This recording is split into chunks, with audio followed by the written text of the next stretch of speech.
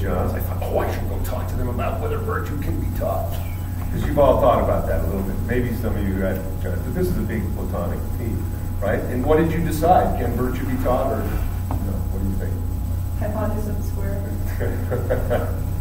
Well, what do you think? Nod your head left or right? No? Can be taught? Say no. But, okay, and usually this is the classical answer, yes and no. Relatively safe. That's what Harvard says when I read what they said about it. Clearly the answer is yes and no. When you get into it, a little technical point, I might say the answer is actually no and yes, but we'll get into that instead. But, so coming back, let me give you a little background. I was at St. John's, and I left St. John's because in my senior year I opened up my first Kung Fu school. And I had been practicing from the age of 12 and had the chance to work with some pretty impressive masters by that time. My aunt and uncle were missionaries in the Far East, so I'd been exposed to the I Ching, to the Tao Te Ching, before I'd been exposed to Plato. So I was one of these people in the matriculation meeting that kept asking the pesky question at the time, if this is all about truth and not history, which you guys should recognize that's what Stringfellow Barr said to Scott Buchanan about this whole St. John's idea. He said, damn it, man, what are you interested in? Are you interested in truth or history? Because he had tenure at the University of Chicago.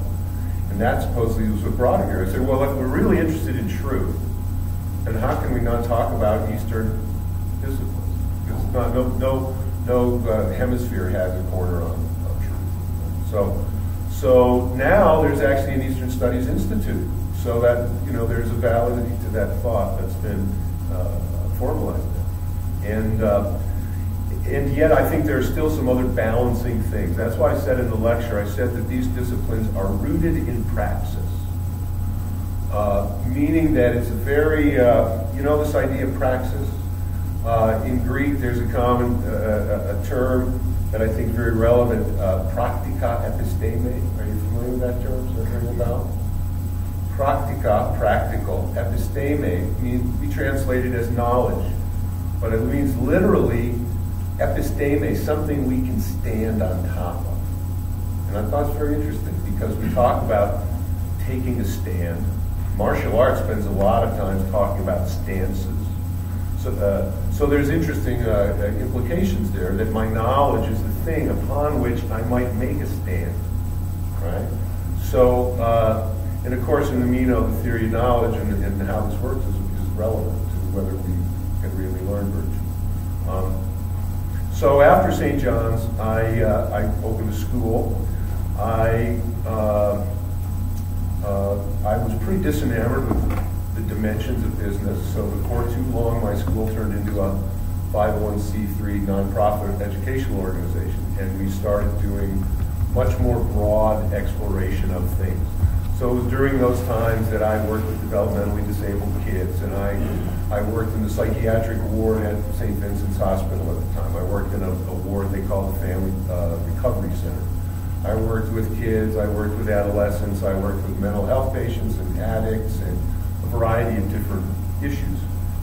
And at the end of that chapter, I was trained and certified in body psychotherapy. The person that I learned it from was a student of someone who was a student of Wilhelm Reich. Wilhelm Reich was a student of Sigmund Freud. Wilhelm Reich is recognized as the father of body psychotherapy. So this became a sort of an interesting chapter. I became certified to practice Reichian therapy, and then I never did, for reasons we'll get into. But I went on from that chapter, studied with a number of different masters. We brought some masters from China. There were some American masters that made their way through here, and I actually gave a lecture that went through the whole lineage, and I think that's available on YouTube. But so there were a series of masters, and then I ended up, in the past 25 years, I spent quite a bit of time working with some South American shamans who were curanderos and ayahuasqueros. And they have a whole other body of lineage knowledge. So the story that I'm going to tell you I don't want you to try to understand this like science, okay? For example, there's a lot of people like to talk about, does chi exist? Can we build a meter that will measure chi? I can't think of a less interesting idea, not without one, right? It just doesn't interest me. And here's the way I understand these things, just as for fair warning. I don't really believe that we're going to utter absolute truth. So what does that mean? In the Tao Te Ching, first words right up front, the Tao which can be spoken is not the true Tao. Right? I think this is probably one of the things a lot of people recognize from the Tao Te Ching. There's an interesting linguistic joke in there, and that has to do with some of the translations of the word Tao. So one of the ways you can read that first sentence is would be to say, the Tao that can be Taoed is not the real Tao. In other words, the paths that we can walk are not the great path. And there's a reason for that. And that's why we have these disciplines that we call does. Okay? And that's what makes this relevant. That's why we can have a conversation about martial arts as a spiritual discipline. And there's been a history of martial arts as a spiritual discipline. Sport shooting, on the other hand, target shooting, there isn't much conversation about it as a spiritual discipline. And that's because it's not approached as a do. Okay? And we'll talk about that in a little bit. But there are certain things that are unique about martial arts in terms of human behavior and in terms of human perception. And those are the things that are interesting to me. So, for example, internal martial artists have one model of how a human works. Wilhelm Reich in body psychotherapy has another model of how a human being works. The Amazonian shaman have another model on how a human being works. And believe me, it's very different than those other two, which are not particularly similar themselves. So I'm not troubled about the question, which one of these is right? Can you see how pointless a pursuit that is? Because the real question is, each model, for example, if I have a map that shows the United States, on that map there are no bathrooms and no restaurants, right? There's one particular aspect of reality that map is going to highlight, and all the rest is left to go. That model has one particular virtue, and if I use it correctly for that, it'll yield that virtue. But when I want other results, I'm going to have to put this model down and pick up this other model. So the idea of applicability of any particular model is more relevant to me than which one partakes of absolute truth. Each model, we might say, has a virtue associated with it. Okay? So the question is understanding the virtue with the model as presented. So that's my, excuse me, my full disclosure, is that you're going to get a hybrid model from me. Okay? So the general topic of martial arts. Far Eastern martial arts are influenced heavily by three traditions. They're influenced by Taoism, they're influenced by Confucianism, and they're influenced by Buddhism. Okay? We say the Tao that can be spoken, or the Tao that can be Taoed, is not the real Tao. So within the Buddhist traditions, there is a practice of establishing what we refer to as a do. So for example, if you studied karate, you understand that in Japanese they will refer to it as karate do. And some people have practiced aikido, and there's judo. And this do idea means that we have a little practice area here that we can drop our microscope down on, and this macrocosm, if you will, is going to show us dynamics. The virtue of this model will reveal dynamics in the larger macrocosm. And that, Confucius said of one of his students, he said, this guy's so bright that when I teach him one thing, he learns 10. This is why. Because this idea of analogical thought. Now, analogical thought has a bad rap nowadays. You probably have heard. It's extremely déclassé in certain circles, particularly proponents of scientism. They don't want anything analogical at all. They don't realize that all knowledge is actually analogical, right? It's something you can think about. But so they like to give examples that, well, they used to say this analogical form of reasoning said, well, clearly once they said there can only be 7 planets because the skull only has 7 holes in it. And so this is one of the models. And so modern scientists would use that to say, clearly this whole system of analogical thought is just crazy superstition. They don't want to talk about phlogiston, right?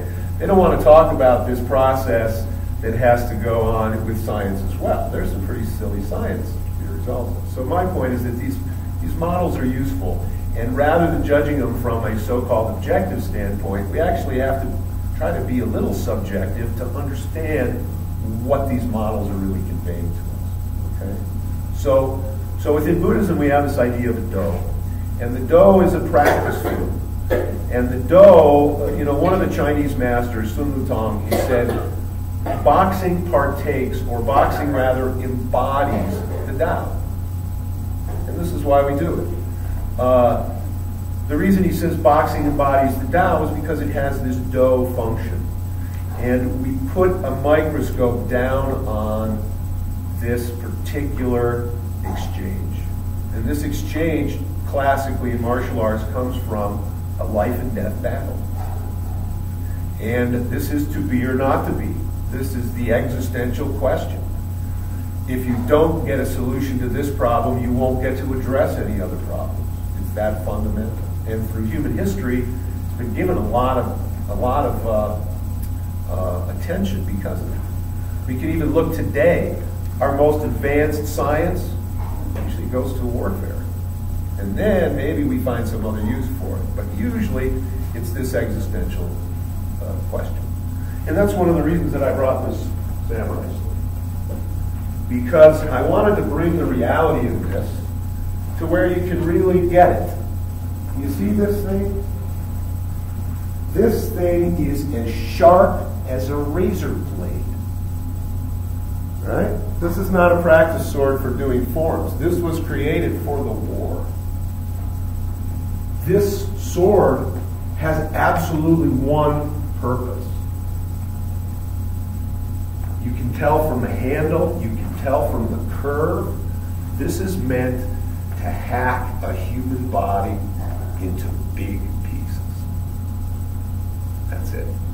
There's no other use. This is not a farming tool that we apply to fighting. This is about life and death.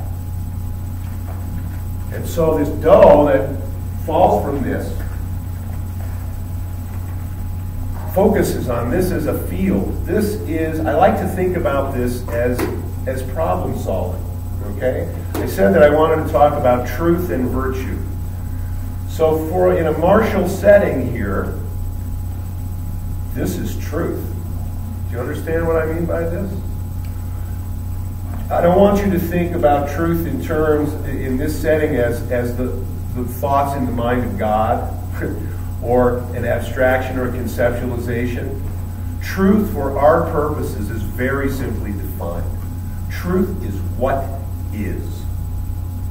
Truth is what has gone through the formality of occurrence. When you're standing in a martial encounter with somebody who may be very bent on physically, destroying you, that's truth. That's truth right there. So now, what's virtue? I define virtue as action in harmony with truth. So the way that I think about this, when I think about that martial encounter, here's a potential situation that has a lot of different outcomes. I could die. This other person could die. Now, a lot of people think about martial arts and they say, well, yeah, but we do it as a sport now.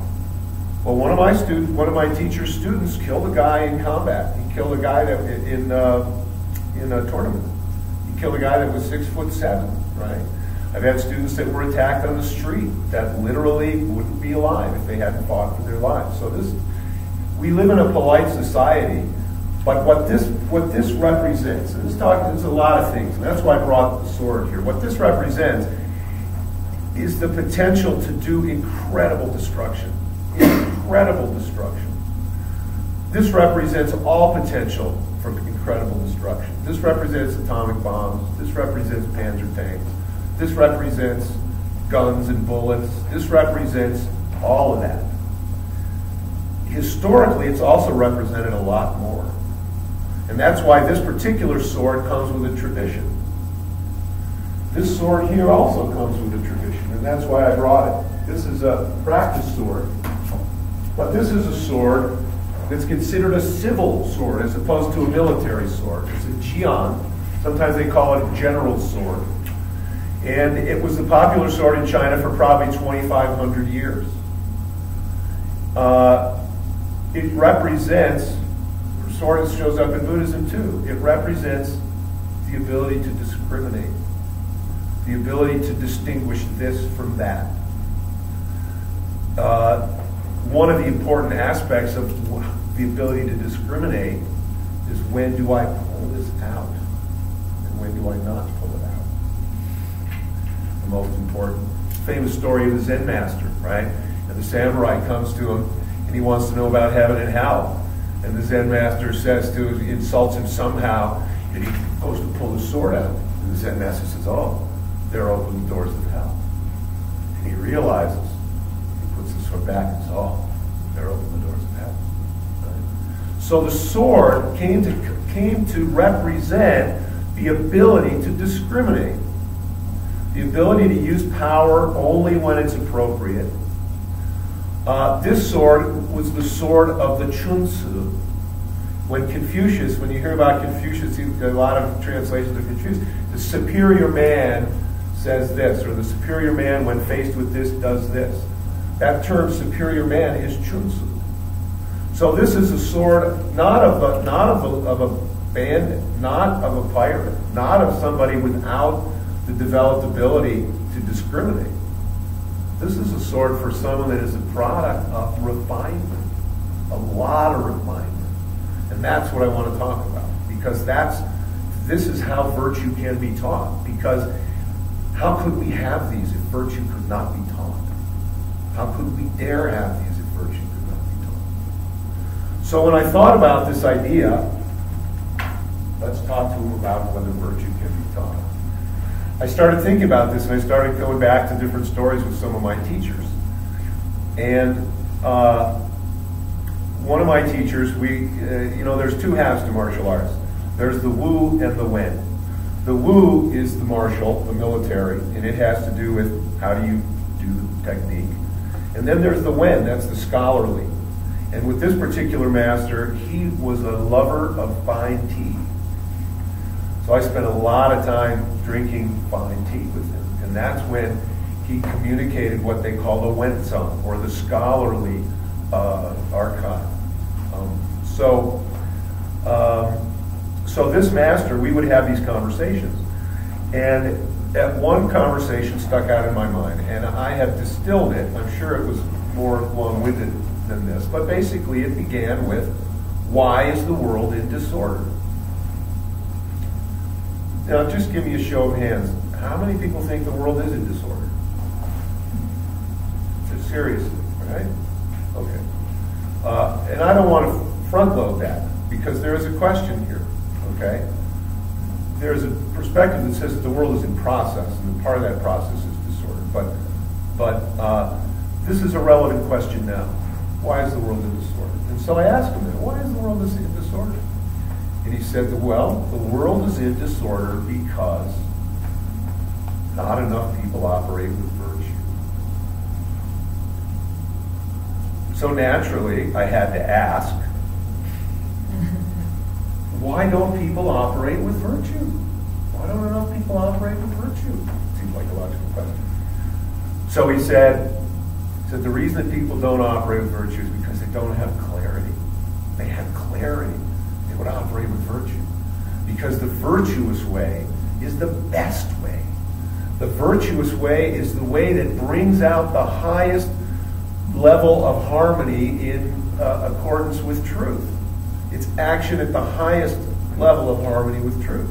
So it's best all around. It's best for the actor. It's best for the environment that it's acting in. It's the best way all the way around. And the only thing that people lack is clarity, or they would act on virtue.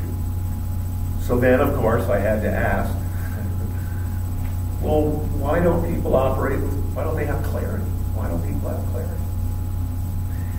And he said the reason that people don't have clarity is because they don't get enough oxygen to their brains. Okay? Now that was a very interesting answer because it kind of surprised me. Because I thought, if there's a topic of where virtue can be taught, let's get into it. No, they don't get enough oxygen to their brains.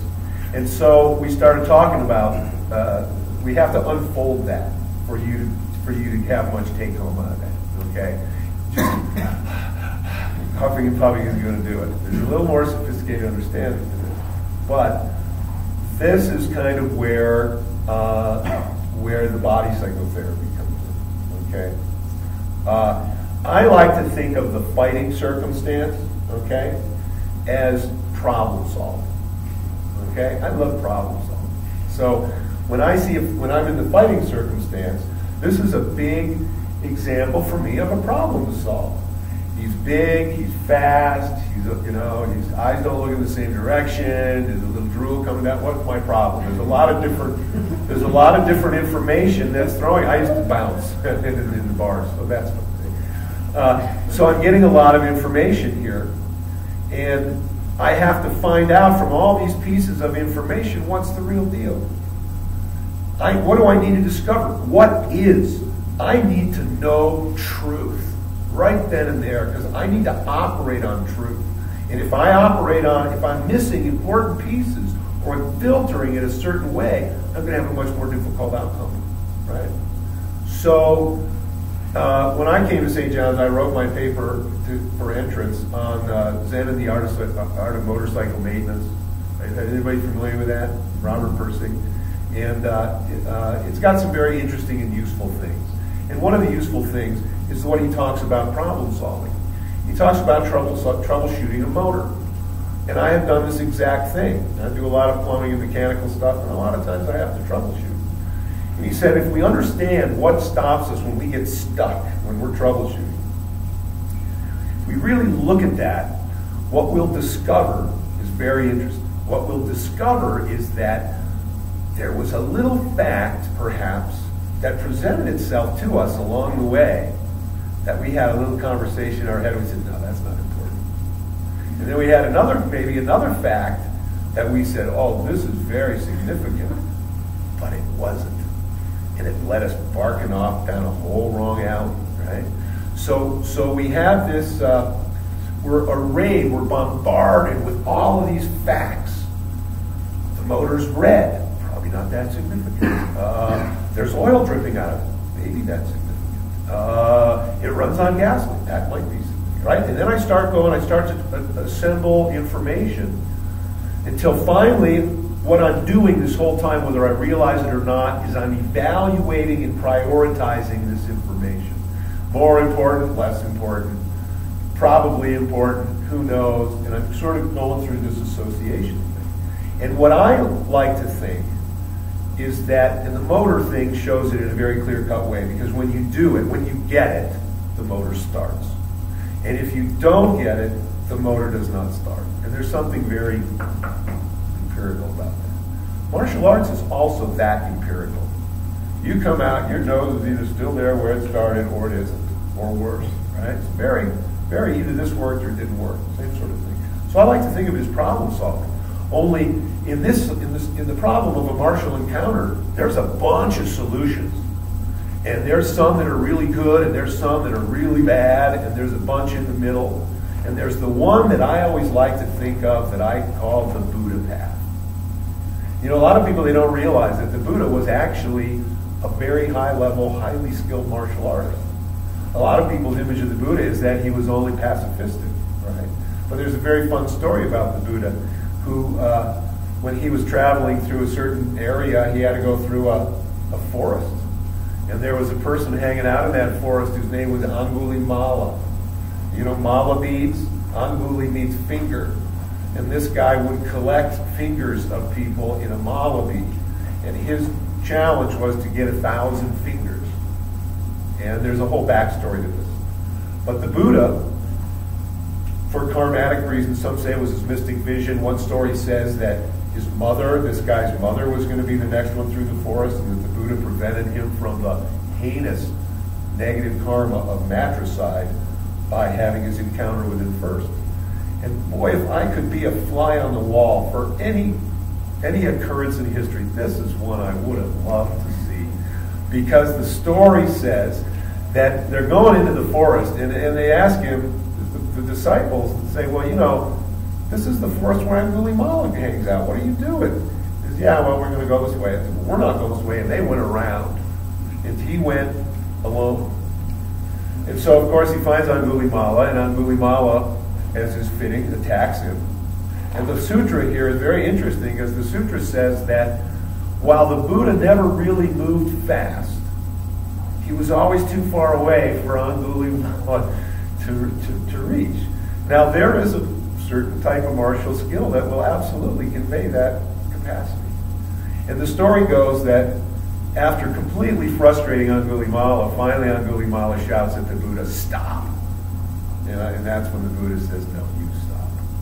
And that's when he unfolds the situation. So then they get to the other side of the forest, and they're all having dinner. He's met up with the other disciples, and as they're all having dinner, that's, well, so what happened with that going through the forest? He said, "Oh yeah, I want you guys to meet my new disciple, Angulimala." And they all got up and ran away. Right? But the point here also is that the higher level consciousness should transcend violence, not run away from it, right? Not make a judgment about it, but transcend it and understand it from its roots, right? And there's only a way that you really can do this. This is not a thing just in the brain. This has to be integrated through the whole human, and that's what the real point of this is, okay? So we have this idea of a Buddha path, and I'm faced with a martial encounter, and I need to find my way to that Buddha path, or as close to it as I can. There are better and there are worse. There are many different ways maybe. Different masters have different strengths, and they'll open up different paths in an apparently impossible situation because they have certain abilities.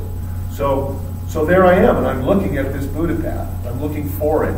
And then there comes the question, well, why am I going to miss this? What's going to sit in the way?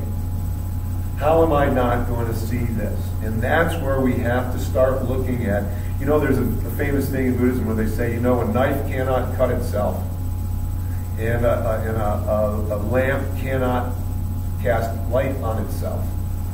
And this has to do with the mind and the special ability of the mind to actually be self-reflective. So I want to understand critically, because now literally my life and death might hinge on whether I'm perceiving truth accurately or not. And this makes an extremely high priority whether my perceptions are accurate or not accurate. And that's where this becomes a spiritual discipline, okay? Because there are a series of different things that can interrupt that process of me seeing truth, me discovering truth. Not only do I need to discover this truth, I need to be able to act out of and in this truth. And there's a chain that has to happen, and it can be obstructed in different ways. So there are different models that martial arts uses for this. We focus on different parts of the body. In the West, we have this idea that says that really, like, you know, Futurama, they have those heads under the glass jars. Have you seen that? Right? That really what we're talking about is this is a transportation system down here. And this is where all the action goes on, right? Because this is the portal where the information goes in. This is where I process it all. This is where I experience whether I'm pleased with it or not, apparently. But there are other models, and these other models yield different virtues than this model does. One model says that I can situate my consciousness in different places in my body, and that when I do so, I get a different kind of information. In the martial arts, we work on the belly center, okay? upper center is important. These different centers operate in different ways. So for example, if we talk about the heart, okay, it's interesting when we talk about wisdom, we talk about philosophy, we give a lot of attention to the wisdom part. We don't give a lot of attention to the love part. And this is an important part of the function. And when I say love, I mean caring. I mean an energy that's related to the heart center in the body. So the heart pumps away, the heart spins blood. Blood has in it magnetite. Magnetite has a charge. So when the charge spins, it generates an electromagnetic field. They say this electromagnetic field is 1,000 times stronger than the electromagnetic field in the brain. They also say that in nature, every living thing generates an electromagnetic field. And that anything that generates an electromagnetic field also is capable of reading perturbations within its electromagnetic field. Okay? Does that make sense? Now there's a whole experiential chain through this, but this is the model. It says that I'm going to get a certain kind of information through this center that I'm not going to get through this center. Okay? And then in martial arts, we also are related to this idea that this center is important. And to actually act, for my will to be empowered, this Dantian center is significant. So the function of martial arts, when it works well, is that these three centers, they all function correctly. They all function in harmony. They all function in balance. The brain knows when to give over to the heart, to take information from the heart. The belly knows when to pass information along. An interesting thing, when I was working with the curanderos in South America, and they're using ayahuasca. Are people familiar with ayahuasca? Has anybody heard of this? It can be a pretty intense journey. And certain things will come for you psychically. And one of the things that I found was that there are certain postures that actually changed whether I was vulnerable or not. And what was the biggest one that made the biggest difference? Right here, arms crossed over my dantian. Because these things were trying to attack my will. They're trying to break me down. And this center, boy, I was bulletproof. And when I opened up, I could feel the change in my field. So this may be a little advanced, but there's something that goes on with this. Let me give you a background in what we call bioenergetics, and this is where Wright comes in. If I have an amoeba, and I'm looking at him under the microscope, and I jab this amoeba with something sharp, the natural response of this amoeba is going to be to contract. A little bit of time is going to go by, and it's going to expand again, and amoeba life is going to go on, pretty much as normal. But if I start poking this thing, I will cross a certain threshold, and when this contraction releases, it's not going to completely expand anymore. It's going to hold a little bit of that contraction. As if the organism is saying, well, I'm going to get jabbed again in another few minutes. Why bother expanding all the way? I'll just do enough. Well, when we cross another threshold, we can jab that thing so much, it will not expand again ever, at all. And then it dies. Right? So there's something significant going on there. When a child is growing up, well, how do we start this? If I were to set off a firecracker right now and take a picture of everybody when it went off, what do you think I would see? I'd see a very particular position, right? We call it a shock response. And I would basically start going towards a fetal position, which means that the shoulders are going to come up, the head's going to start to tuck, and there'll be a position of, oh my God. And then once you realize, oh, it's just a firework, then you'll come back out, right? Here we are again. Okay? So now, you know when a little kid is about 5 years old or 4 years old, it depends on the kid, but how they have a kind of an openness to their posture, right? And then somebody tells them, what are you doing? And then the posture changes a little bit. What happened is the shock response. It's the same thing. There's been fear to the safety of the organism, and so it starts to contract a little bit. And then it's, oh, no, it's not about me. Oh, okay, I'm healthy again. Well, there's a threshold with humans too, just like amoebas. And after we get jabbed a certain amount of time, those centers don't open up anymore. Now, a human has a more complicated model than an amoeba. When you've only got one cell, there isn't a whole lot going on. When you've got all the complexity that a human has going on, it's curious because the Hindu systems of yoga identify chakras, and they say, well, there's 8 major chakras. Wilhelm Reich, when he did science, and he hated yoga, okay, thought it was just mysticism, he hated mysticism. He started looking at functional groups within the body, and he found that there were 8 of them. So functional identity, for example, there's many, many muscles, but when this muscle group, for example, gets triggered, jaw, neck, sternocleidomastoid, when your dog gets threatened and it bares its teeth and the fur on the back of the neck rises up, this is that same response, and humans have it too. We'll carry tension in the jaw, we'll put tension in the shoulders. So when I went to my first lecture about Reichian therapy, before I was trained in it, the person who was running it, they said, okay, do we have any volunteers? And I thought, what a deal, right? So I put my hand up. So they lay you out in a certain shape, in a certain position, body position, and they teach you a little breathing method. So I'm doing this breathing, and you know, what's to a breathing method, right? And then the woman starts to do body work on the muscles underneath my eyes, which is typically where they start, right? And she did this for a while, and my breath, I know from internal arts, my breath working in a certain way is building up a certain energy level inside the body. And then the physical muscle work on there, she went just till she could see something was happening. And what happened was very shocking to me. I was in probably, I don't know, 30s or something like that. And I get not exactly a flashback, but my jaw starts vibrating, and I get this incredibly nostalgic feeling of being a little boy, pre-verbal probably. And something happened and I needed to cry.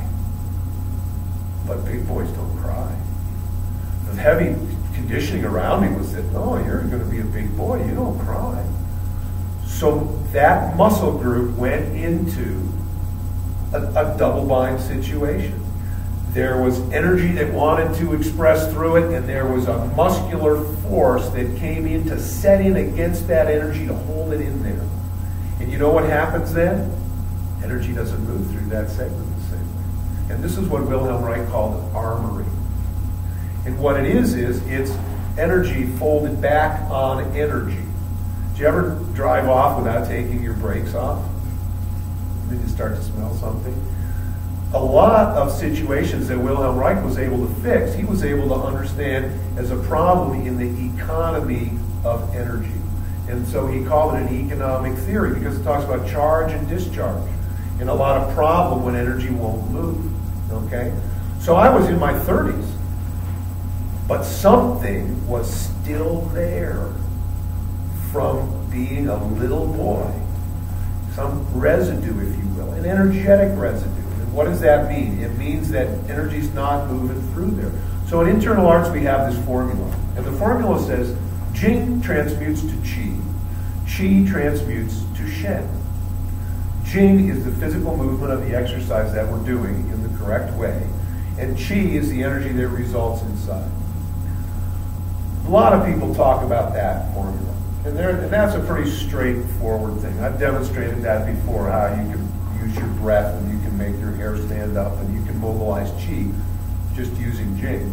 But people don't talk a lot about how does this Qi transmute to Shen. Shen means spirit. Shen means the gas that consciousness rides on. Well, interestingly enough, when I went through the training to become a Reichian therapist, you're not allowed to be a therapist unless you've gone through the therapy.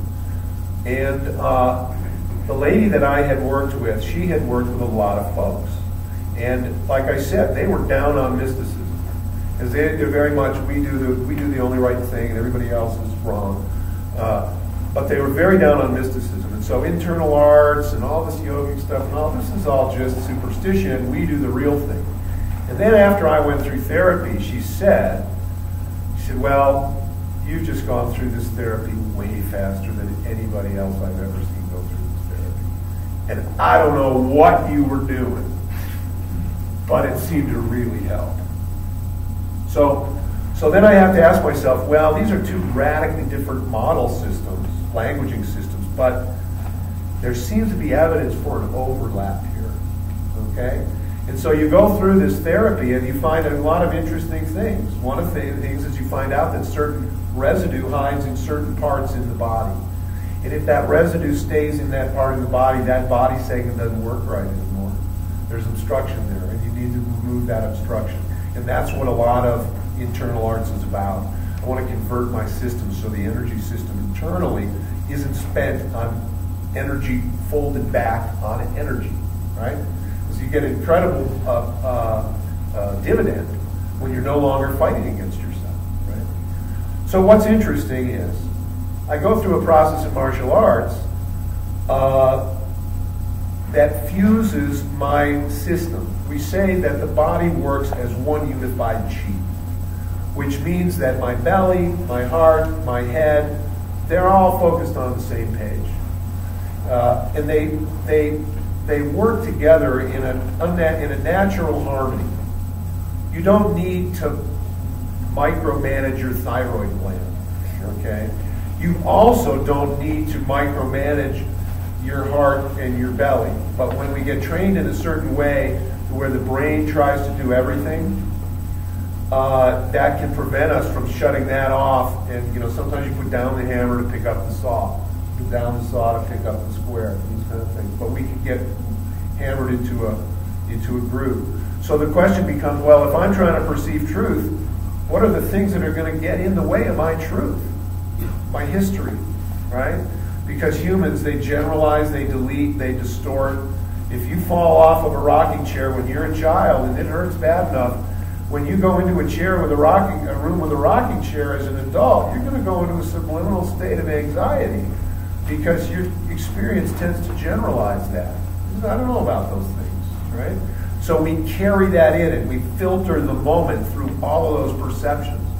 But when I'm fighting, what do I want the content of my consciousness to be? It certainly doesn't want to be a memory of the last bad ass whooping I ever got, right? Which is one of the things that can arise in that moment. You can go into a heavy visualization situation that will not further, okay? It becomes a self-fulfilling prophecy, in fact, right? I can become overpowered with the desire to destroy my opponent. I had a student who came to me, and he was very proud of being a champion in all northern Italy. And he said here was his method. He said he would face his opponent, and he would imagine that his opponent had done some unspeakable act to his girlfriend. And then he would just lose it. Right? Well, that's what we call the animal level of martial arts, or what one of my teachers called firing the glands. Right? Well, when he fought one of my students, it didn't work out so well because we don't work that way, right? So he's fighting my student, he's got a big smile on his face, right? And he'd come rushing in and my student would throw him on the ground. He'd get back up and go, let's not do takedowns anymore, right? And my student would go, okay. And then he'd come in like a crazy wild person, he'd end up on the ground again, right? And this went on for a while until the more angry he got, the bigger the smile on my student's face gets, right? He's doing very little. He's beating himself because this is a system that, yeah, he was a champion, but I don't know, this is the way we want to train ourselves. This is not the way the Do wants to manifest. We want to have a higher level. With the same teacher, we say you have animal level martial arts, you have human level martial arts, and you have sage level martial arts.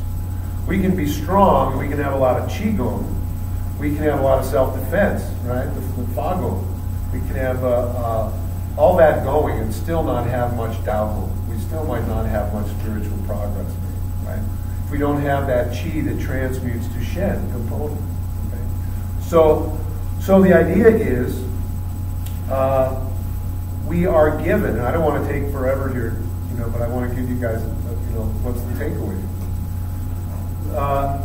We're given a model often that says that the real challenge to getting the truth, the real challenge to understanding something is getting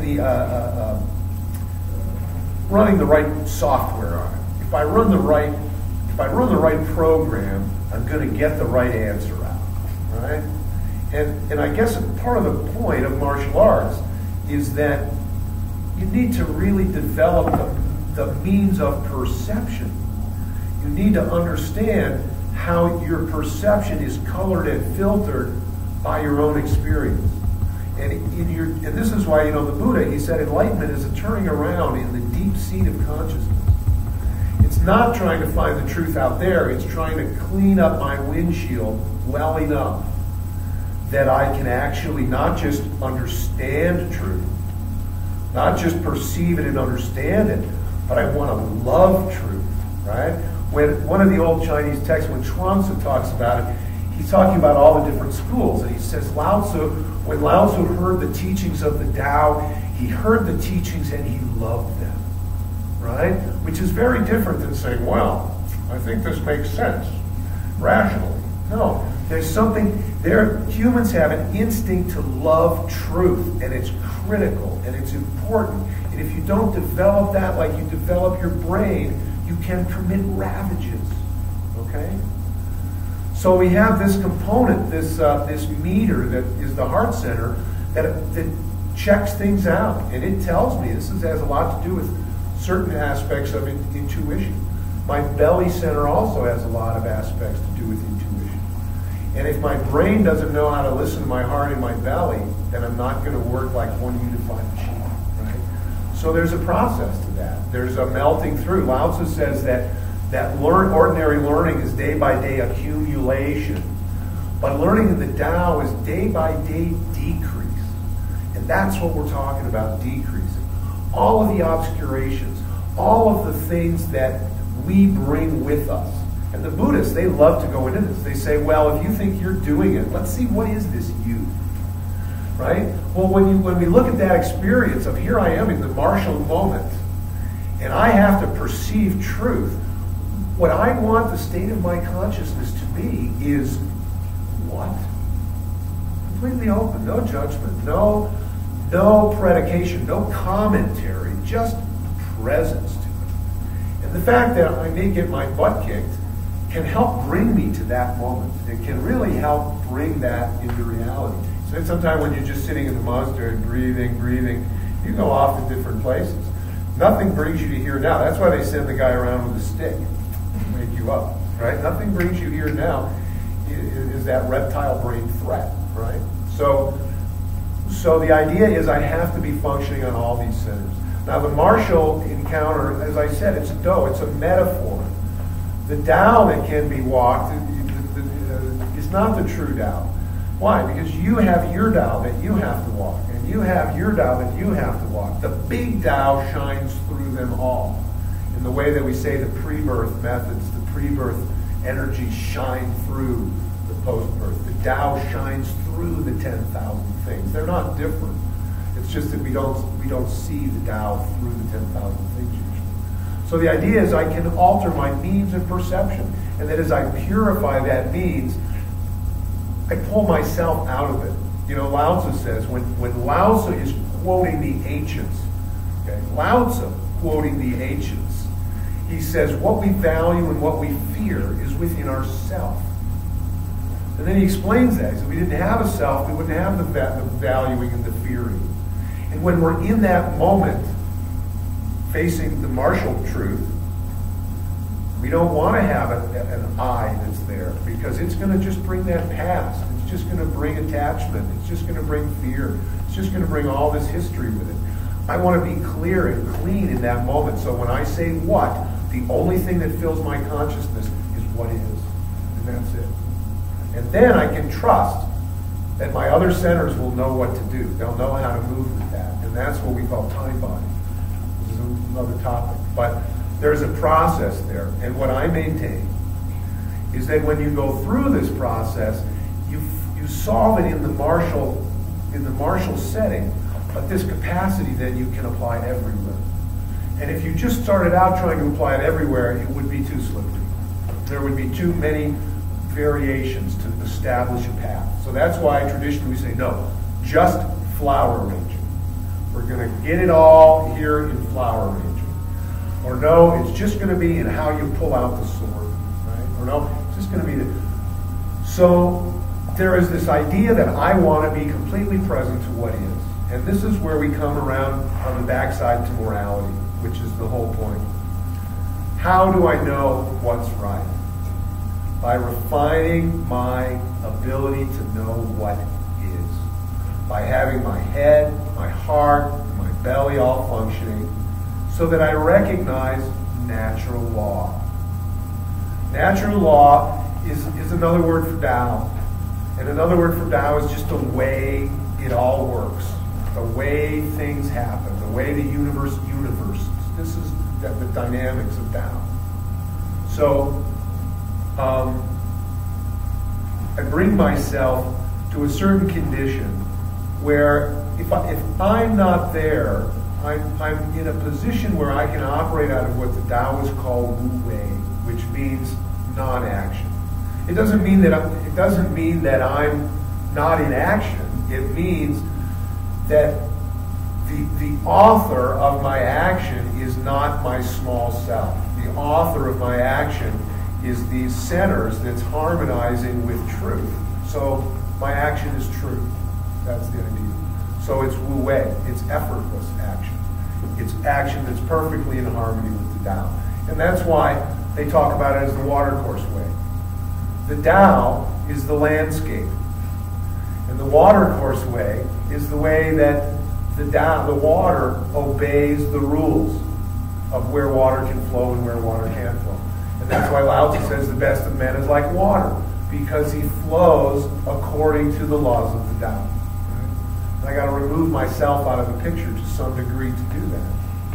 So what's one aspect of natural law that I think it's critical for martial arts, and it's critical that we lift it out of the position of martial arts also. When I said the sword represents the possibility of all destruction. Anybody have an idea about that?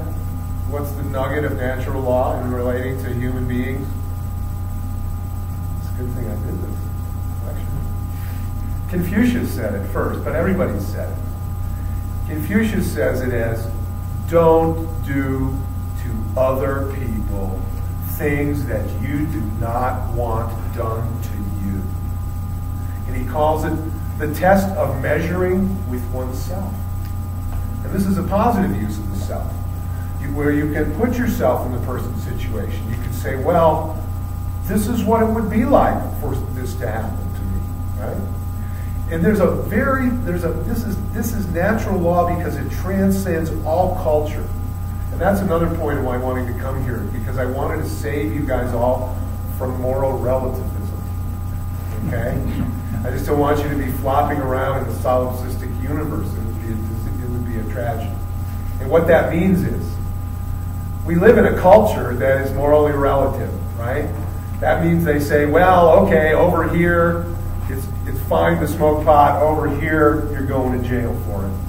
Well, the Tao didn't come up with that. Why? Because there's certain things we know intuitively in our head, in our heart, and in our belly about natural law. We don't need to be trained in. This is like Plato and the slave child, right?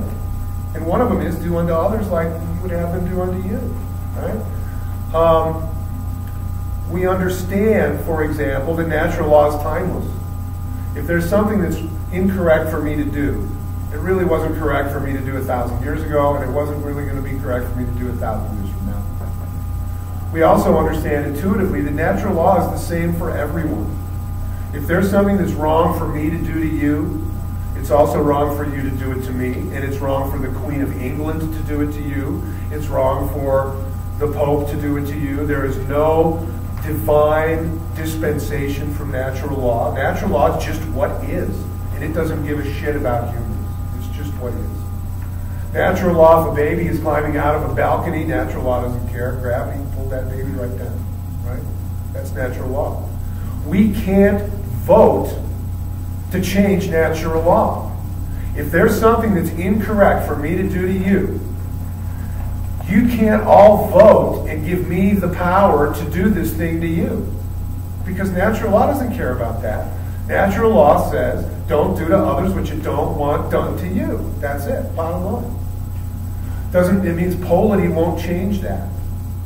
It means a religious doctrine won't change that. This is natural law.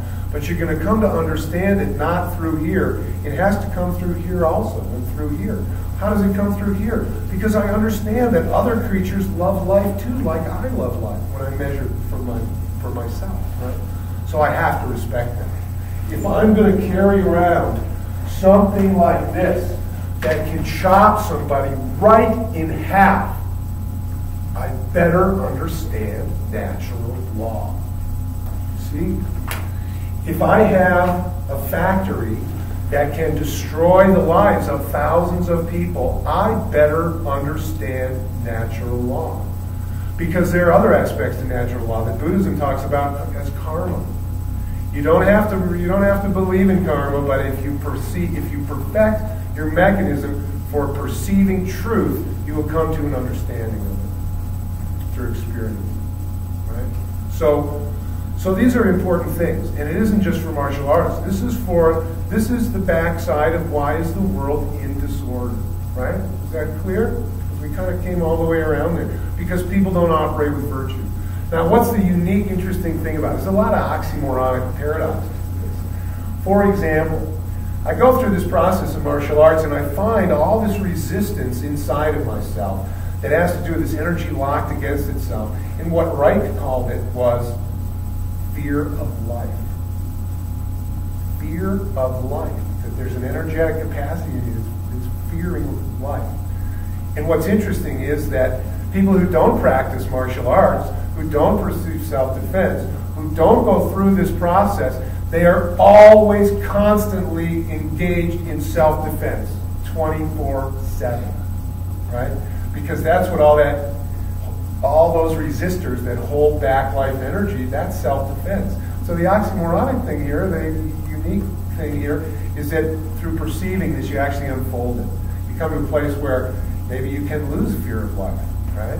What the yogis say is that when I finally get all of those obstructions and I finally perceive what is, what I will perceive will be Satchit Ananda, which means being, consciousness, bliss. So that's the takeaway. The best philosophy, the highest wisdom, the thing that empowers one to operate with virtue is this highest level realization of how things work. And I want to give you this in a very pragmatic way. I don't want you to think about this like, well, I'll never be Jesus. So no, because you don't have to be what do they call it? There's a name for someone who reaches final attainment in one lifetime. You don't need to do that. Every click up the ladder of perception pays you back in a little more dose of being consciousness. So it's the only game in town. You know, I mean, it is the game of philosophy. It is the game of going out into life and being happy. It's the game of getting what you want, but understanding what you really want. Right? Yeah? So that's my thought for you to take away. Are there questions? Is there anything that I could elucidate a little more for folks? Does it make sense that this is a philosophical undertaking, that changing my body and how the energy of my body works is actually a philosophical undertaking, because I need to get real information if I'm going to run the right program, right? Garbage in, garbage out, right? The oxygen. Going back to the oxygen. Okay, well, do you connect that, right? Because the oxygen, or the chi, is the thing that's transmuting in the form from Jing to Qi to Shen. by removing those obstacles to chi, if I think of each one of these as a transformer, I support higher or more refined, is the way the Taoists would say it, a pure energy, so that my brain, my consciousness is running on high test. And then I'm going to get much better results that way. And this is why, breathing techniques happen in the spiritual traditions. They want to raise that ultimate level of energy. And I think it's also important to realize that Shen, when I say it's the gas in the motor of consciousness, when you need to have a difficult conversation with somebody, when you need to face a difficult personal issue, when you need to make yourself do something that you don't want to do. Right? I do a lot of plumbing, municipal plumbing. I was out there in a hole in 8 inches of water at 28 degrees. And I think about my Zen master, and he says, who feels this pain? And you want to know what happens? I go into that, and I don't react against it, and I go into it, and I unfold it, and I realize, well, maybe it isn't really pain. Maybe I'm just feeling this or that. And I go into it, and I open it, this whole thing that was created in my head kind of opens up and dissolves. And then I realize, well, the reason I'm doing this is because I can actually do this and not feel much pain. Other people might feel more pain. But what that means is, when you face the realities of your life, it takes a certain amount of courage. It takes a certain amount of intellectual courage. It takes a certain amount of psychic courage. And a little, what they say, a little sand in your belly, right? You got to get through, or the Chinese call it eating bitter, right? Which means, why do we eat bitter? Because all the medicinal herbs are bitter, and we know it's good for us, but we still have a natural resistance to it. So we needed to practice to get over that natural resistance. And this is part of the formula also of higher consciousness. It isn't just having a realization. It's actually pursuing the development of the human as a truth machine, right? Distilling and operating on truth machine. So that's important. And people don't talk now a lot about morality or virtue. Okay? And we really need to talk now about morality and virtue. Okay? And not be afraid of it. And not think that it's a bummer. Not think that it's not connected with higher consciousness or that it's not fun. It's more fun. Okay? It's more electricity. It's all about more electricity. Right? That's what the whole universe is about, is vibration. More vibration, then a higher vibration. That's what it's about. So I don't want this to look like, oh, they go to a monastery and they hit themselves in the head. No, this is not that at all. This is what it's all about. This is what the promise of evolution is. I don't particularly believe the Bible story of evolution, of human evolution, the 5 days thing. I don't particularly buy the Darwin version either, that 2 million years of change happened in 40,000 years. But I do believe in the evolution of consciousness. And that was the bonus track for tonight. I talked about truth and I talked about virtue, and I was going to tell you the purpose of life. And the purpose of life is the evolution of consciousness. That's my story, and I'm sticking to it. Okay? So what that means is this game of philosophy, it's the only game in town. It's the most important game in town. It's going to make the difference between everything being good or not good, right? And what is good? This is a big question. We have to purify the method, okay? And it's interesting because the shaman in the jungle, they were very much into purifying the method. And this was another thing that I didn't mention, but when I started working with the shaman, they found, interestingly, that all this internal arts and kung fu stuff helped quite a bit. And I had some of my students go and practice, and or go rather and work with these shamans, and they could see the effect. So there's some interest. Again, there's an overlapping of models here, and there's something going on. The human race is in process here, and the reason I look at you guys when I talk about this is because this side of the room has been through most of it, right? You guys are the half that's going to make the future happen, right? The quality that you carry into it. So that's why I'm gesturing over here when I'm talking about virtue and morality, right? We still have a future. These guys, they're about as moral as they're going to get, right? I don't know. I hope they'll prove me wrong, but that's what I'm saying, right? You guys are the hope for the future, right? So that's why I want you to take this very seriously. And you know, there's this immorality's got a bad rap, right? People think it's all goody two-shoes. No, I know very moral people just kick your ass, no problem. But that doesn't mean they're not moral. They're serious, serious people, right? But, you know, there's a point, and that is that, you know, they say 10% of the fishermen catch 90% of the fish. And I think this is the case in a lot of pursuits. And so that's why I want to help you. I want to give you a few tips, okay, in your philosophical careers. Okay? Because maybe you practice, maybe you won't practice.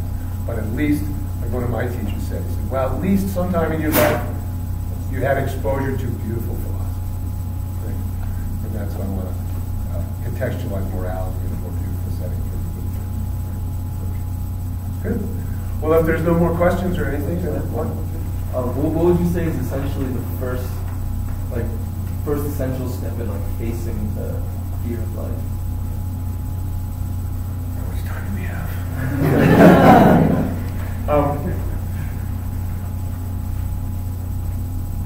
Well, that's a good question. I think that you have to set your sights right. You are in a time now when you've got a lot of propaganda directed at you, a huge amount of propaganda, and it's all bullshit. It's all bullshit. When Ecclesiastes said it's all vanity, pretty much that's what it's at. So you're getting a lot of cultural messages that are just crazy, you know, like you're going to be happy by having a lot of stuff, right? You know, don't waste a decade on that. Don't waste 2 decades figuring that out, okay? There's a long history here. Use this, right? Run the tape. What will that be like? You know, open up these centers. Everybody's course is different. And the important thing is that you face that course completely with your whole self. Be all in. Play for keeps, right? In other words, you're going to face questions in your life. You're going to have huge decisions that you make. And what happens is going to be based on how you make those decisions. You have to be honest with yourself on all the levels, right? You need to do your belly has to be right, your heart has to be right, your head has to be right. And you go through that process. And then you graduate from level to level. And you find teachers. I've had so many teachers that I would have walked right by had I not been looking for a teacher. Right? So you ask yourself, you riddle the universe. I'm a great believer in riddling the universe. Okay? You ask and you will get an answer. Okay? You're going to have to learn how to do the process. You're going to have to evolve a method. But there is an interactivity to this universe. Okay? And this is one of the illusions that people, the Buddhists and Taoists try to wake people up to. If you are in your foot, if you are your foot, you are the sun. You are the sky and the mountains. Okay? There is a process at work here. We have the illusion of separation, but it's not separate. We live in an illusion of cause and effect, but the Taoist universe, the Taoists have this very important idea called mutual arising. Okay? And that has to do with things like, wherever I find bees, there's flowers. And for there to be flowers, there have to be bees. And for there to be bees, there have to be flowers. And only a fool thinks that a bee and a flower are separate things. Right? Which came first, the bee or the flower? Well, that's a stupid question. Why? Mutual arising. Or what the Buddhists call dependent originations. These things are all we want to say it's a cause and effect, but if we be honest with ourselves, we've done a huge amount of extrapolation, of abstraction, to come to a cause and effect place. Every effect has a multitude of causes. We can't list all the causes, right? So the Buddhists say, no, this is all interdependent origination. This all arises at once, and you arise with it. When the universe universes, one of the things it does is it use. Okay? Does that make sense? So what I'm saying is there's an information channel here. The universe wouldn't just you without providing a certain pattern and support and an unfolding potential for that. So your job is just to get the universe to put out now and explain that all and open it up and unfold it like a flower unfolds. And if you hold that content, that's what it works. Okay. Good. That was a good question. Any other good questions? Or not that good questions? Yeah. I'll think about it. Okay. You mentioned earlier about the location of consciousness or whatever different parts of the body and now. And I guess that's part of the idea behind the different chakras, right? Is the idea that that locates itself anywhere.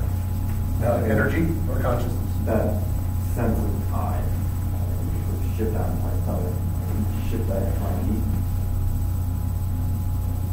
I'm not sure that you're going to feel the shifting of the I in the way that maybe you're thinking.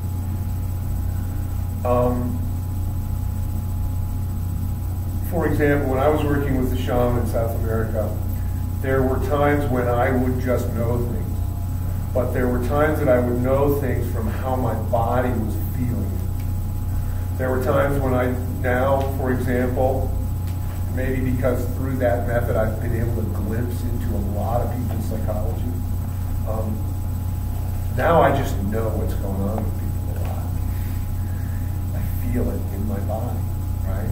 Because you can think of this as a frequency. You know what someone was telling me about how they make gasoline? They have a distilling tree, and the kerosene comes off at the bottom, and the jet fuel comes off at the top, and you got everything else coming off in between there. Well, a human is a distilling tree. It's just that we're distilling chi. We're not distilling petroleum. So that as the energy moves up the channels, it changes in what it does. Okay? When it's here, it's one thing. When it's here, it's another thing. When it's here, it's a different thing. Because of this transmutation or transformers. Within each chakra is a transformer. So the idea is that my belly will tell me certain things. For example, when I fight with people, a lot of what I do is not visual. So sometimes people would watch me fight and they say, well, you're not even looking at him. It's like, well, I don't really have to look at him. And because then if I don't look at him, I might be looking at his friend. The ability to look in both of those places. But the idea is, when you're dancing with somebody, you feel it in your belly. You move with it. You ever see that? You got to go salsa dancing. I let these old Hispanic guys pick up. And I do a lot of Tai Chi. There were some subtleties in there I didn't have right away, right? So, but what happens is there's a center, a connection. And that's one of the reasons that dancing is so sensual. Because it's not just here. You couldn't have the two jars with the heads in Futurama. They couldn't dance, right? I mean, you could put them on a dancing machine, but that wouldn't be dancing because you need those centers there, right, to function. So the idea is these different centers, they serve different purposes. And if we try to misapply them, we get crazy results. If we try to use for our head something that our belly should be reading for us, we're going to get way astray, right? And I think a lot of what we see now, we're seeing the results of humans behaving in extremely imbalanced ways because of those centers, right? And that's the way, honestly, if you want to get someone separated from their own instincts of natural law, there are things that you can do to bugger them up so that won't be there. And guess who does that? People that want you to go do things for them against natural law. I'll just leave it right there. You figure it out because you're going to have to figure out a lot of stuff anyway. Right? So, but that's important. That's important because there is karma. There is absolutely karma. And taking orders from other people doesn't relieve you of any karma whatsoever. Okay? That doesn't happen. Natural law says you do the deal, you do the deal. That's the deal. Okay. So, good. Anything else we can talk about? Good. Sorry. I've taken a fair amount of Aikido and some Iaido, so I don't know if this may be I don't know how relevant to everyone this question will be, but you spoke about loving the truth, not just understanding it. Absolutely. And as well as when you were holding that sword, you said that is the truth. in that situation. In that moment. I just wonder if you could elaborate on, in that moment where the truth is you and your sword and an opponent and their sword. In that moment, how is your love? I just want to know a little more about how your love of the truth is either manifested or affected, or how that changed the situation. Do you know what Yui Shiba said about that? Ueshiba? Oh, Sensei. He said that the true source of all martial arts is God's love for the universe. He's a trippy old guy, right? But he was speaking from experience. He wasn't just saying, well, that sounds really snappy and they'll really eat this up, so I'm going to say this. No, this was absolute realization for the reasons that I was talking about. Because God's love for the universe is humans manifesting at their highest level to perceive it, right? As if a great banquet was spread before you, and its only fulfillment comes in the person that prepared the banquet seeing you eat the banquet and be fulfilled by it, right? That's their fulfillment. That's the way the universe works. So there's an interesting conversation about that in the Bhagavad Gita, because Arjuna is facing the battlefield and he's seeing a lot of people that he has a lot of admiration for, and he's supposed to go out there and kill them, right?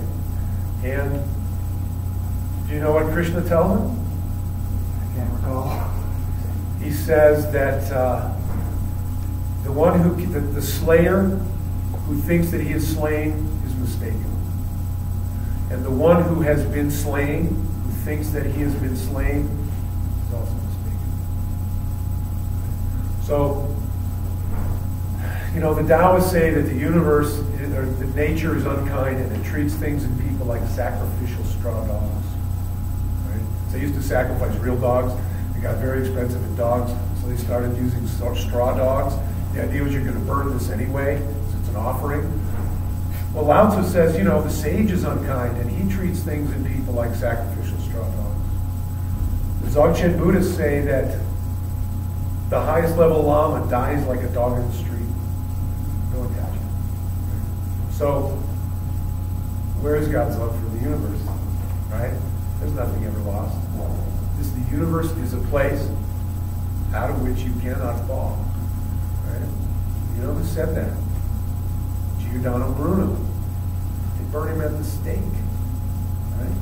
The universe is still a place out of which you cannot fall. Right? So that means that there's a certain existential relief. That's how you lose the fear of life. Right? But if it's your day to die, it's your day to die. And if it's their day to die, it's their day to die. But you want that to happen as the Tao interacting with the Tao, not humans interacting with humans. If that's what it is, so be it. Because you're a vessel. Not because you're doing it for small, human, petty reasons. What the Chinese would call a shaoro, right, is a small person, a little person who's only interested in trivial, meaningless bullshit. So, yeah, there's an issue there. And, one model says that your reincarnations are based on frequency. And that you come in at a certain frequency, and you have the experience of life, and you react to it, and you either come out with a higher frequency or you come out with a lower frequency. And if you come back with a low enough frequency, you'll be a barnacle, and if you come back with a high enough frequency, you'll have a better incarnation. And that ultimately, our job in each incarnation is to reach a higher frequency. And that's pretty clear. So, and this is the problem. They say with the sword that the sword preserves life. And a way to think about it that they talk about is that in this condition, this is the perfect balance of yin and yang. Okay? Because the male, yang, is hidden away in the yin. Right? The only reason that this should come out from this perfect balance of yin and yang is when externally there's an imbalance of yin and yang. And then it comes out, balance is reestablished, natural law is reestablished, action with virtue, right, and clarity, balance is reestablished. yin and yang, go back into balance. So, in that respect, in the highest respect, you are a tool of the universe, universing. And if it's going to use you to win, it's going to use you to win. And if it's going to use you to lose, it's going to use you to lose. But nothing's a lot. Nothing's a lot. Really. But the grist from the mill, there's process, right? So all of this opportunity, because suffering's a horrible thing. Why is there suffering? There's an art to suffering. There's a skill to suffering. Suffering is a means of transmutation.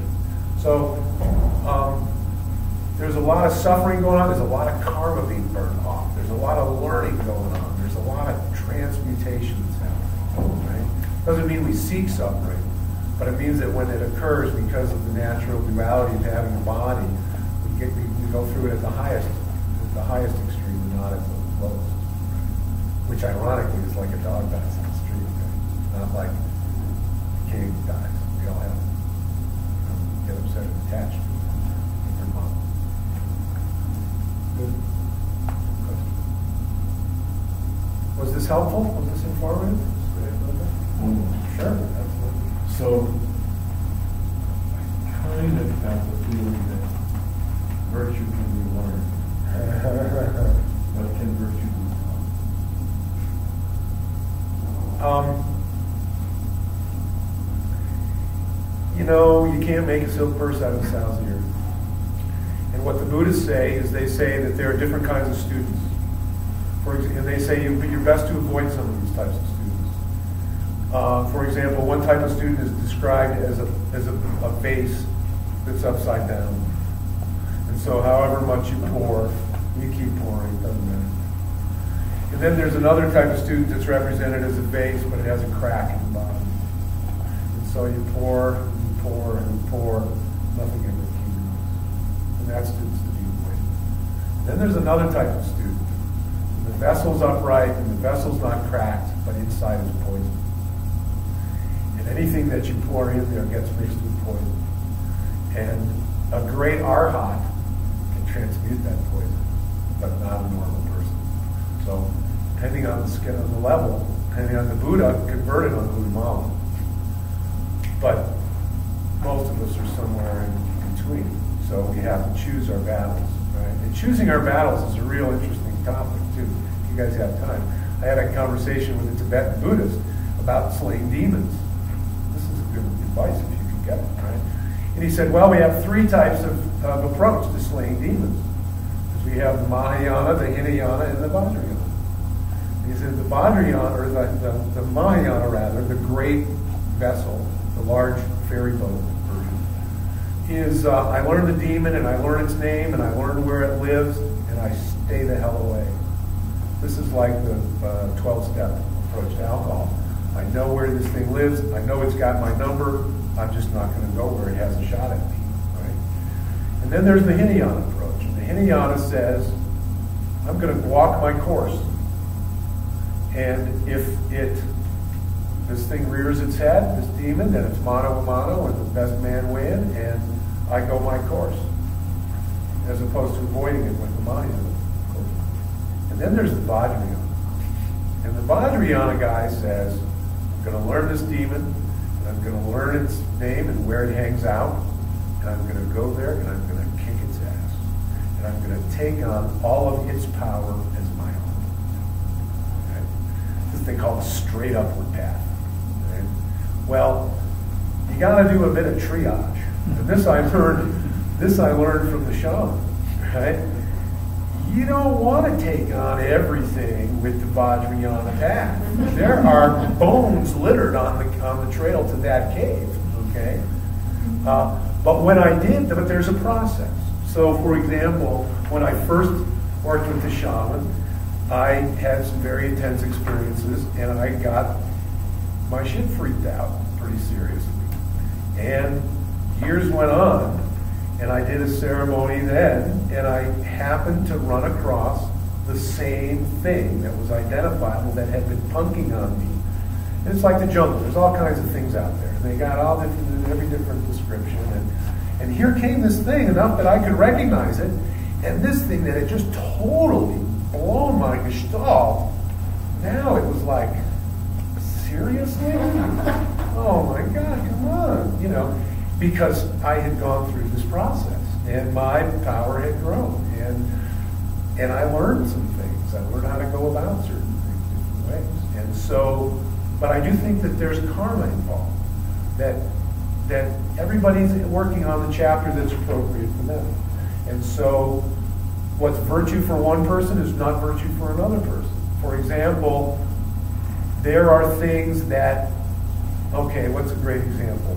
When I was younger, I think when I was at St. John's, I needed a job, and I went and I got a job selling knives door to door.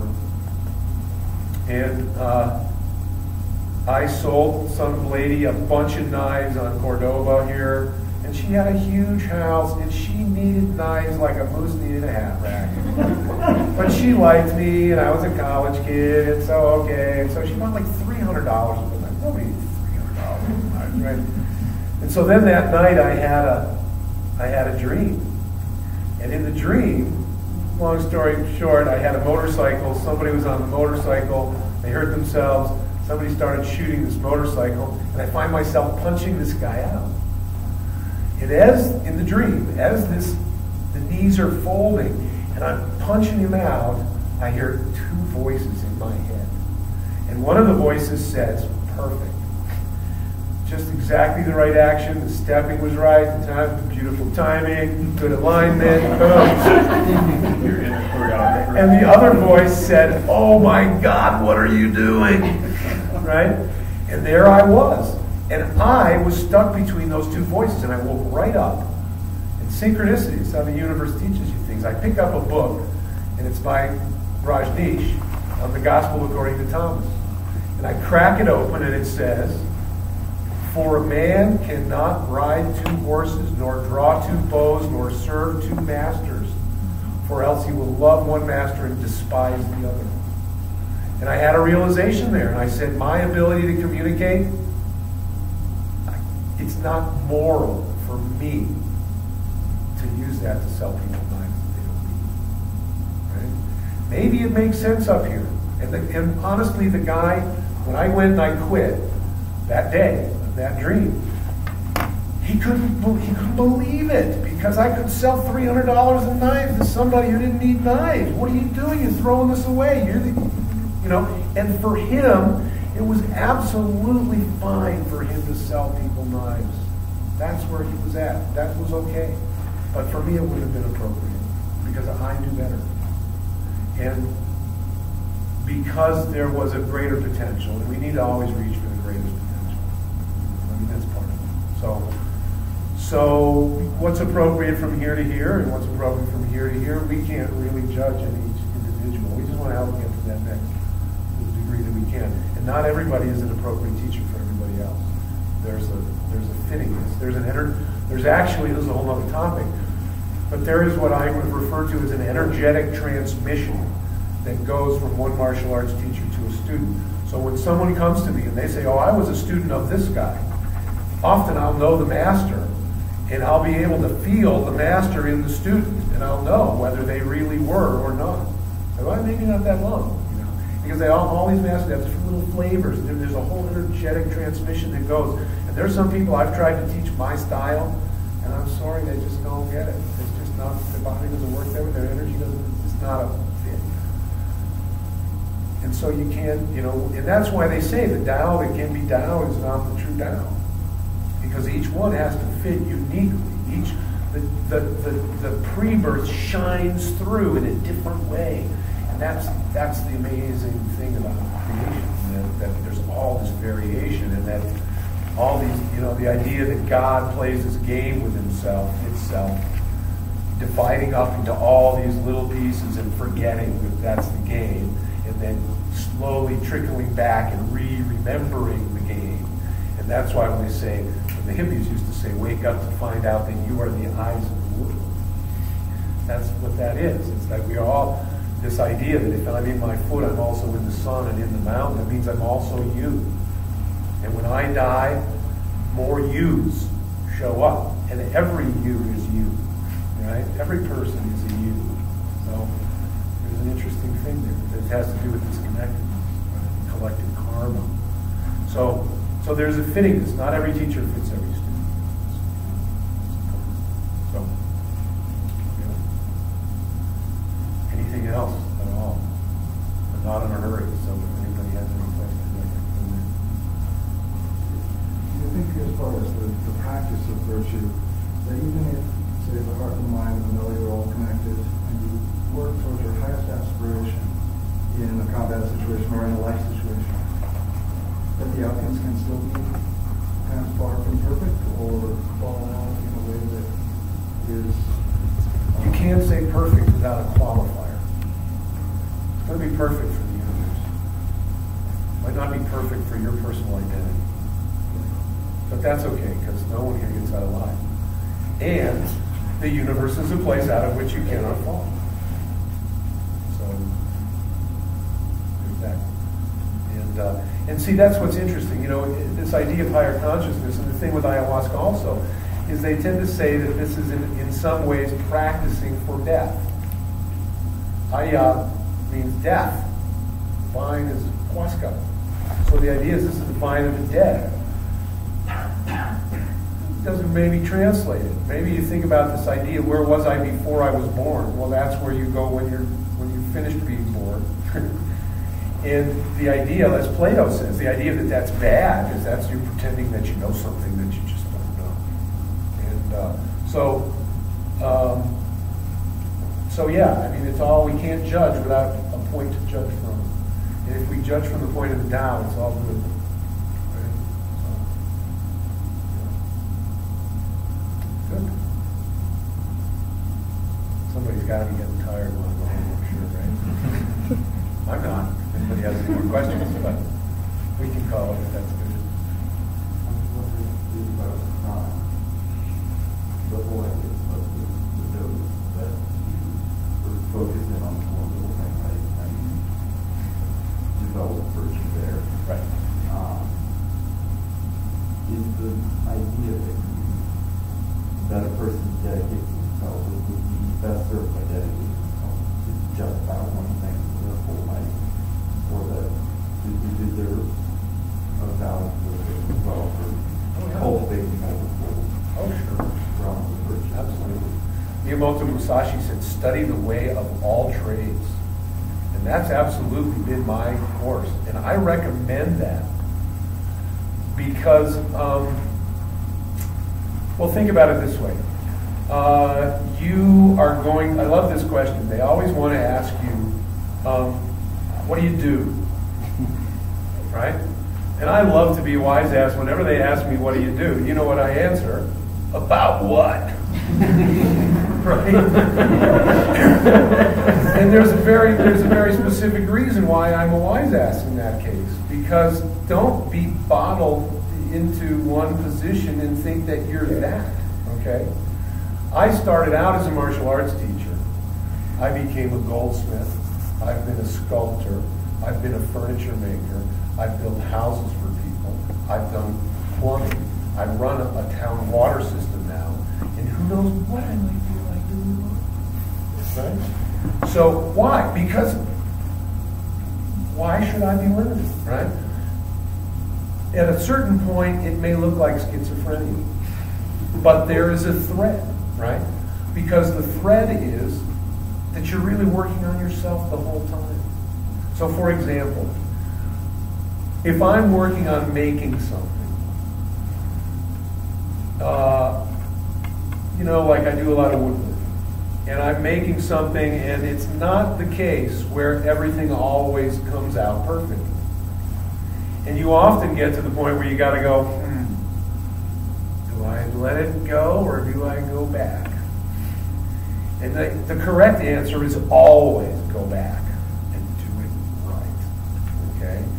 But the human spirit never wants to go back. We want to get to the other end. And it gets much more difficult.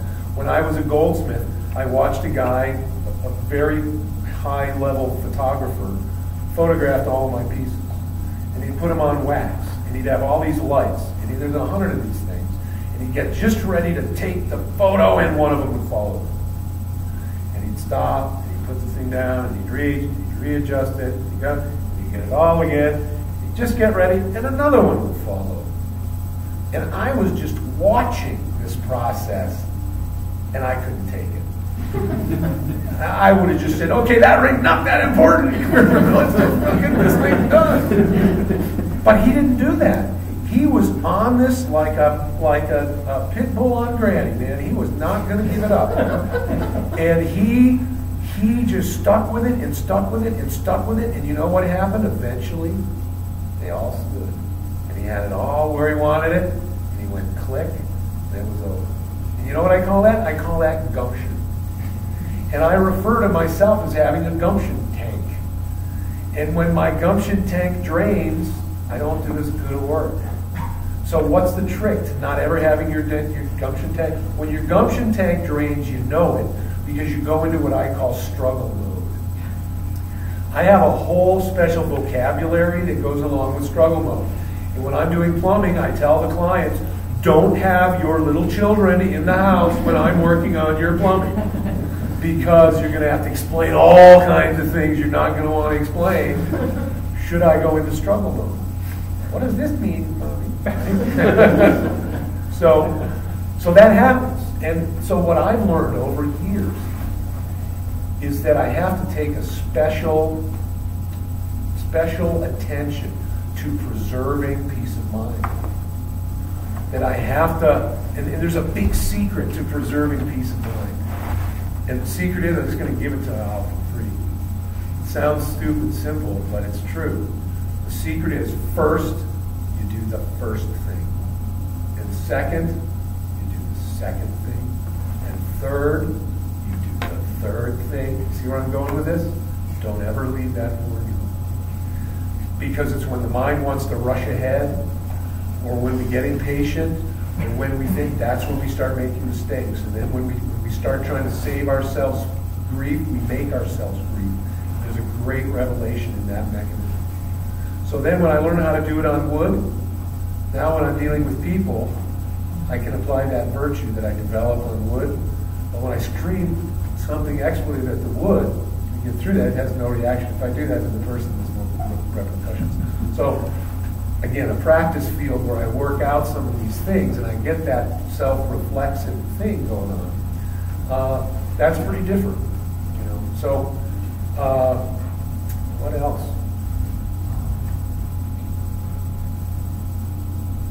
I want to recommend that you all read A Guide for the Perplexed by Schumacher, who wrote Small is Beautiful, because you all learn philosophy and stuff. This is something they probably don't have on the program, and they should. Schumacher. S-H-U. And they search it. He wrote Small is Beautiful too. Guide for the Perplexed, which is copying Maimonides, I think. Good. Well, if there's no more questions, I want to invite everybody to come to the classes here, come to the school. There's a possibility, particularly when Juan is in China, that I might make some appearances at the school. So if there's questions or stuff like that. You also can find me on Dragonwell Facebook page if you guys have questions about things and you just want to get my 2 cents. You're all welcome for that. And I just want to exhort you in your journey. It's exciting. And it's a journey you're on whether you know it or not, so you might as well come on. Like that. Good. Thank you.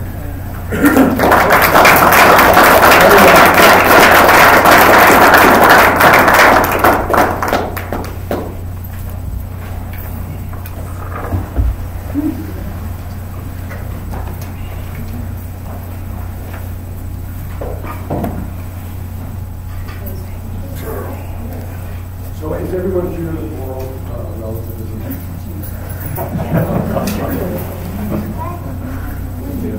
Hey, how are you?